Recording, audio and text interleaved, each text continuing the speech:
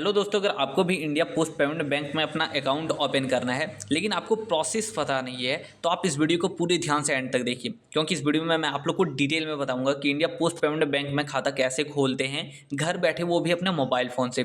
और आपको पता होगा कि ये जीरो बैलेंस खाता होता है, यानी इसमें आपको कोई भी मिनिमम यहाँ पे अकाउंट बैलेंस मेंटेन नहीं करना है। यानी अगर आपके खाता में 0 रुपया रहता है फिर भी आपका जो खाता है वो एक्टिवेट रहेगा, बंद नहीं होगा। अब दोस्तों एक और चीज़ आप समझ लीजिए कि इंडिया पोस्ट पेमेंट बैंक सभी के लिए नहीं है। अब यहाँ पे सारे लोग अगर इंडिया पोस्ट पेमेंट बैंक में अपना खाता खोल करके रखेंगे तो कुछ लोगों के साथ यहाँ पे कुछ प्रॉब्लम्स हो सकती है। अब किसके लिए है, इसमें किसको अकाउंट खोलना चाहिए, किसे नहीं खोलना चाहिए, ये भी बताऊँगा, ठीक है। तो अब सबसे पहले यहाँ पे बात करते हैं कि यहाँ पे बहुत सारे लोग सोचेंगे कि मैं भी अपना अकाउंट ओपन कर लेता हूँ, मैं भी कर लेता हूँ। तो यहाँ पे आपको सबसे पहले इंडिया पोस्ट पेमेंट बैंक के लिमिट्स के बारे में समझना है। अब पेमेंट बैंक बहुत सारे होते हैं, जैसे पहले था पेटीएम पेमेंट बैंक जो अभी नहीं चलता है, वो क्लोज कर दिया गया। फिर एयरटेल पेमेंट बैंक के बारे में सुना होगा आपने, जियो पेमेंट बैंक के बारे में सुना होगा, और ये एक इंडिया पोस्ट पेमेंट बैंक है। तो जो पेमेंट्स बैंक है इसका कुछ लिमिट होता है यहाँ पे। जैसे आप एसबीआई का अगर खाता खोल करके रखते हैं यहाँ पे, या फिर एचडीएफसी बैंक में खाता रहता है, पंजाब नेशनल बैंक या फिर बैंक ऑफ इंडिया, इसमें अगर आपका खाता रहता है तो उसमें आप बहुत कुछ कर सकते हैं। लेकिन जो पेमेंट्स बैंक है इसमें आप बहुत कुछ नहीं कर सकते, ये लिमिटेड होता है। अब चलिए बताता हूँ कि यहाँ पे क्या क्या लिमिट है, और इन लिमिट्स को आप पहले समझिए, फिर आपको डिसाइड करना है कि इसमें आपको खाता खोलना चाहिए कि नहीं। सबसे पहले तो पेमेंट्स बैंक में आपको कोई भी फिजिकल कार्ड नहीं मिलता, फिजिकल एटीएम कार्ड नहीं मिलता। कुछ यहाँ पे पेमेंट्स बैंक है जो आपको फिजिकल कार्ड देता है, लेकिन उसके लिए आपको एक्स्ट्रा यहाँ पे चार्जेस देना पड़ता है, ठीक है। ये पहला है। दूसरा पॉइंट कि आपको पेमेंट्स बैंक में आपको लोन नहीं मिलता है। अगर आप लोन लेना चाहते हैं तो आपको लोन नहीं मिलेगा। लेकिन अगर कोई भी दूसरा बैंक होता है, जैसे अगर पंजाब नेशनल बैंक है, बैंक ऑफ इंडिया है, एसबीआई है, या फिर कोई भी बैंक है, तो उसमें आप लोन भी ले सकते हैं। अब यहाँ पे तीसरा चीज़ है कि पेमेंट्स बैंक में बहुत कम यहाँ पे इंटरेस्ट रेट मिलता है। मतलब अगर आप 1 लाख रुपया अगर पेमेंट्स बैंक में जमा करके रखते हैं तो बहुत कम इंटरेस्ट रेट मिलेगा। लेकिन वहीं अगर कोई भी फिजिकल बैंक होता है, बड़ा बैंक होता है, उसमें अगर पैसा रखते हैं तो आपको थोड़ा सा ज़्यादा इंटरेस्ट रेट आपको मिलता है। उसके बाद यहाँ पे पेमेंट्स बैंक में आपको चेकबुक नहीं मिलता है। अगर आप सोचते हैं कि मैं चेकबुक भी यूज़ करूँ तो चेकबुक आपको नहीं मिलेगा, तो ये चीज़ आपको समझ करके रखना है। फिर क्रेडिट कार्ड, जैसे बहुत सारे लोग अभी शॉपिंग करने के लिए क्रेडिट कार्ड यूज़ करते हैं, तो आपको पेमेंट्स बैंक में क्रेडिट कार्ड भी नहीं मिलेगा। तो ये पूरा आपको समझ में आ गया। अब एक और लिमिट है जो सबसे ज़्यादा मुझे लगता है कि सबसे ज़्यादा इससे दिक्कत हो सकती है, कि पेमेंट्स बैंक में जो लिमिट होता है 1 साल का, वो होता है 2 लाख रुपया। यानी अगर आप 1 साल में अगर 2 लाख से ज़्यादा का ट्रांजैक्शन करते हैं, जैसे आपके बैंक खाते में पैसा आता है और आप किसी को सेंड करते हैं, और ये 1 साल में 2 लाख से ज़्यादा हो जाता है, तो शायद आपको पेनल्टी देना पड़ सकता है, या फिर यहाँ पे आपका बैंक अकाउंट को फ्रीज कर दिया जाएगा। तो यहाँ पे अब ये कैसे होता है, तो यहाँ पे मान लेते हैं कि 1 जनवरी से लेकर के आप पेमेंट करना स्टार्ट करते हैं 31 दिसंबर तक, ठीक है, 31 दिसंबर तक। और इसके बीच में अगर आप डेली यहाँ पे 2000, 3000, 4000 इस तरीके से पेमेंट करते हैं तो ये 2 लाख से ज़्यादा लिमिट पार हो जाएगा। तो ये फिर आपके लिए यूज़फुल नहीं है, फिर यहाँ पे आपका अकाउंट भी फ्रीज कर दिया जा सकता है। तो आपको समझ में आ गया होगा कि इंडिया पोस्ट पेमेंट बैंक किसके लिए नहीं है। अब अगर आप इसको as a secondary bank use करना चाहते हैं, जैसे आप कहीं भी शाम में जाते हैं और छोटा मोटा पेमेंट करते हैं, 10 रुपया, 50 रुपया, 100 रुपया, इस तरीके का पेमेंट करते हैं, तो फिर आप यहाँ पे इंडिया पोस्ट पेमेंट बैंक में अपना खाता खोल सकते हैं। तो ये पूरा क्लियर हो गया। अब चलिए इस बैंक से रिलेटेड कुछ चार्जेस के बारे में बात करते हैं, फिर मैं आपको बताऊंगा कि इसमें अगर आपको खाता खोलना है, बैंक अकाउंट ओपन करना है, तो कैसे ओपन कर सकते हैं। तो सबसे पहले तो यहाँ पे अगर आप इंडिया पोस्ट पेमेंट बैंक में अपना खाता खोलना चाहते हैं, अकाउंट ओपन करना चाहते हैं, तो अकाउंट ओपनिंग चार्जेस क्या है, तो 150 रुपया प्लस यहाँ पे 18% का जीएसटी है, तो ये आपको यहाँ पे देना पड़ेगा। अब दूसरा यहाँ पे अगर आप इंडिया पोस्ट पेमेंट बैंक को अगर एक्टिवेट करना चाहते हैं तो बहुत जगह मैंने यहाँ पे देखा कि 200 रुपये आपको डिपॉजिट करना फर्स्ट टाइम, तो आपका एक्टिवेट हो जाता है। और कहीं कहीं पे लिखा हुआ है कि कुछ भी आपको यहाँ पे पैसे डिपॉजिट नहीं करना, फिर भी एक्टिवेट हो जाता है। लेकिन अगर 200 रुपया अगर डिपॉजिट करना होता है एक्टिवेट करने के लिए, तो डिपॉजिट कर दीजिएगा। साथ में इस 200 रुपये को आप यूज़ भी कर सकते हैं, पेमेंट कर सकते हैं कहीं भी, क्योंकि इसमें जो अकाउंट मेंटेनेंस चार्ज है, मिनिमम अकाउंट मेंटेनेंस चार्ज, वो बिल्कुल 0 है। यानी अगर आपके खाते में कोई भी पैसा नहीं रहता है फिर भी आपका जो अकाउंट है वो चालू रहेगा, एक्टिवेट रहेगा, बंद नहीं होगा। तो ये बहुत बढ़िया चीज़ है। अब यहाँ पे और भी चार्जेस के बारे में बात करते हैं, जैसे कि अगर आप इसमें अगर 1 लाख रुपया अगर आप रखते हैं, 1 लाख रुपया अगर आप रख रहे हैं, तो आपको 2% का इंटरेस्ट रेट मिलेगा 1 साल में, यानी पर एनम आपको यहाँ पे 2% का इंटरेस्ट रेट मिलेगा। लेकिन अगर आप यहाँ पे 1,01,000 से 1,01,000 से लेकर के आप 2 लाख के बीच में अगर पैसा जमा करके रखते हैं तो यहाँ पे आपको 2.25% का आपको यहाँ पे इंटरेस्ट रेट मिलेगा पर एनम। तो ये फिर भी कम है। तो यहाँ पे आपको समझ में आ गया होगा कि इसमें कितना आपको इंटरेस्ट रेट मिलेगा अगर आप पैसा जमा करके रखते हैं।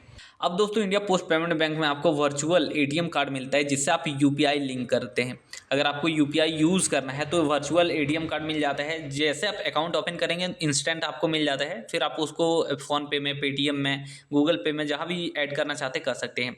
अब यहाँ पे यूपीआई जो यूज़ कर रहे हैं तो यहाँ पे वर्चुअल कार्ड आपको मिल रहा है, इसमें भी चार्ज लिया जाता है। अब वो चार्जेस क्या है, तो यहाँ पे 25 रुपया पर ईयर, यानी 1 साल में आपको 25 रुपया तो हर साल ये लगेगा। अब यहाँ पे एक और चीज़ आपको समझना है कि अगर आप किसी भी रीज़न की वजह से इंडिया पोस्ट पेमेंट बैंक का जो यहाँ पे बैंक अकाउंट है इसको अगर आप क्लोज़ करना चाहते हैं तो क्लोजिंग चार्जेस क्या है, तो क्लोजिंग चार्जेस है 150 रुपीज़। अगर आपको बैंक बंद करना है, बैंक अकाउंट बंद करवाना है तो आपको 150 रुपया यहाँ पे देना पड़ेगा। तो यहाँ पे पूरा क्लियर हो गया होगा कि इंडिया पोस्ट पेमेंट बैंक में किसको खाता खोलना चाहिए, किसे नहीं खोलना चाहिए, और ये भी पूरा क्लियर हो गया होगा कि इसका चार्जेस वगैरह क्या है। अब यहाँ पे एक और चीज़ बता दूँ कि बहुत सारे लोग पूछते हैं कि एसएमएस चार्ज कितना लगता है, तो मैंने कहीं पे देखा है कि 0.25 पैसा आपको हर एक एसएमएस में देना पड़ेगा। अब ये कम है ज़्यादा है आप कमेंट करके बताइएगा, लेकिन ऐसा मैंने देखा है, ये पूरा कंफर्म नहीं है।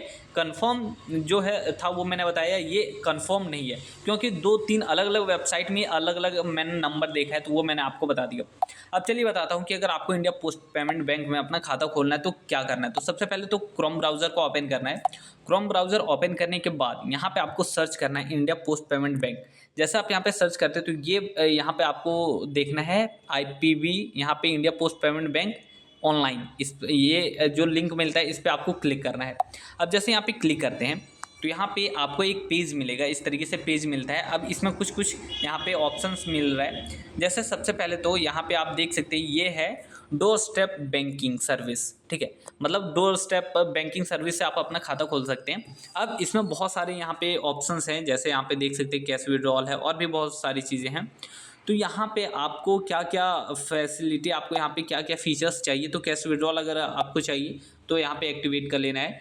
आधार यहाँ पे सेंडिंग है तो यहाँ पे आप ये भी कर सकते हैं। फ़ंड ट्रांसफ़र जो भी आपको चाहिए आपको यहाँ पे सेलेक्ट कर लेना है, और जो नहीं चाहिए उसको आपको छोड़ देना है। आपको भीम UPI यूज़ करना है, ठीक है, तो यहाँ पे आपको सेलेक्ट कर लेना है। बिल पेमेंट्स अगर आपको करना है तो वो सेलेक्ट कर लेना है। वर्चुअल डेबिट कार्ड अगर आपको चाहिए तो यहाँ पे सेलेक्ट कर लेना है। तो यहाँ पे मोबाइल बैंकिंग एप्लीकेशन यूज़ करना चाहते हैं तो इस पर टिक कर देना है। और भी बहुत सारे जो भी आप यहाँ पे देख लीजिए, आपको जो भी यूज़ करना है उस तरीके से आपको यहाँ पे सेलेक्ट कर लेना है। अब जैसे थोड़ा सा ऊपर यहाँ पे करते हैं, यहाँ पे तो आपको फॉर्म मिल जाता है।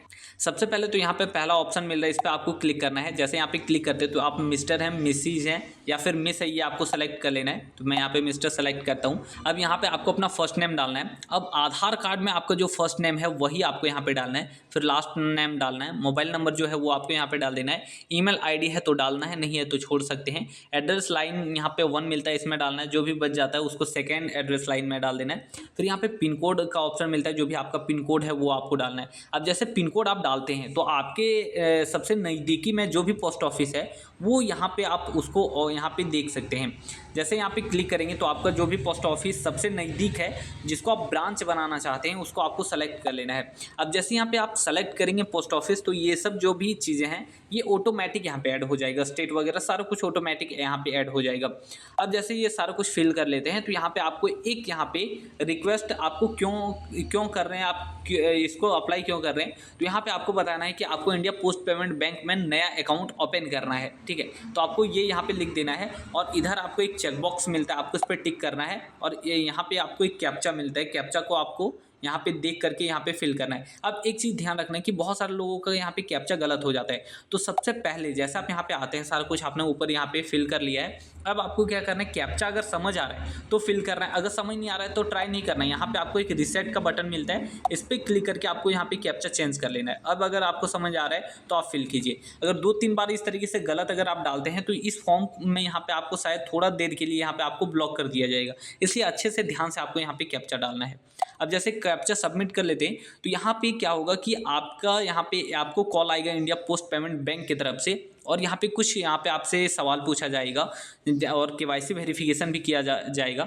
अब यहाँ पे कुछ क्वेश्चन जैसे आपका मोबाइल नंबर, आपका एड्रेस कंफर्म करना होगा, फिर यहाँ पे आपका नज़दीकी पोस्ट ऑफिस कौन सा है ये पूछा जा सकता है, फिर आपको सेल्फी वगैरह शायद क्लिक करना होगा केवाईसी के लिए, तो वो सारा कुछ आपको कंप्लीट करना है। तो फिर यहाँ पे आपका जो बैंक है इसमें ओपन हो जाएगा, आपका अकाउंट खुल जाएगा, फिर उसमें आप पैसा डिपॉजिट करके आप यहाँ पे उसको यूज़ कर सकते हैं। अब जैसे आपका बैंक अकाउंट यहाँ पे ओपन हो जाता है तो फिर यहाँ पे क्या होगा कि उसमें आपको एक वर्चुअल डेबिट कार्ड मिलेगा, उसको यूज़ कर सकते हैं। जैसे फ़ोनपे या फिर गूगल पे है, उसमें आप सारा कुछ डिटेल्स ऐड करेंगे तो वहाँ पे आप उसको एज ए यूपीआई यूज़ कर सकते हैं। तो ये बहुत बढ़िया है। अब दोस्तों इस वीडियो में मैंने आप लोग को पूरा डिटेल में बता दिया कि इंडिया पोस्ट पेमेंट बैंक में आप अपना खाता कैसे खोल सकते हैं, इसके चार्जेस वगैरह क्या है, वो सारा कुछ डिटेल में आपको समझ में आ गया। अब अगर इस वीडियो से रिलेटेड अगर India post payment bank account opening से रिलेटेड कोई भी प्रॉब्लम होती है या फिर कुछ दिक्कत है तो आप कमेंट करके पूछ सकते हैं।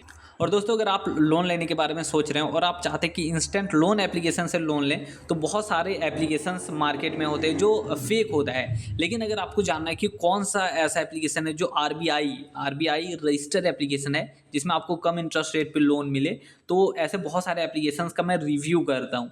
तो अगर आपको जानना है तो चैनल में जाकर के वीडियोज़ देख सकते हैं, और ऐसे बहुत सारे वीडियोज़ मैं अपलोड करूँगा इस चैनल पे। तो आप चैनल को सब्सक्राइब करके नोटिफिकेशन बेल कॉल पे सेलेक्ट कर लीजिए ताकि मैं कोई भी वीडियो अपलोड करूँ तो आपके पास नोटिफिकेशन चला जाए और आप उस वीडियो को देख पाएँ। तो बस फिलहाल इस वीडियो में इतना ही था। अब चलिए मिलते हैं जल्दी नेक्स्ट वीडियो के साथ।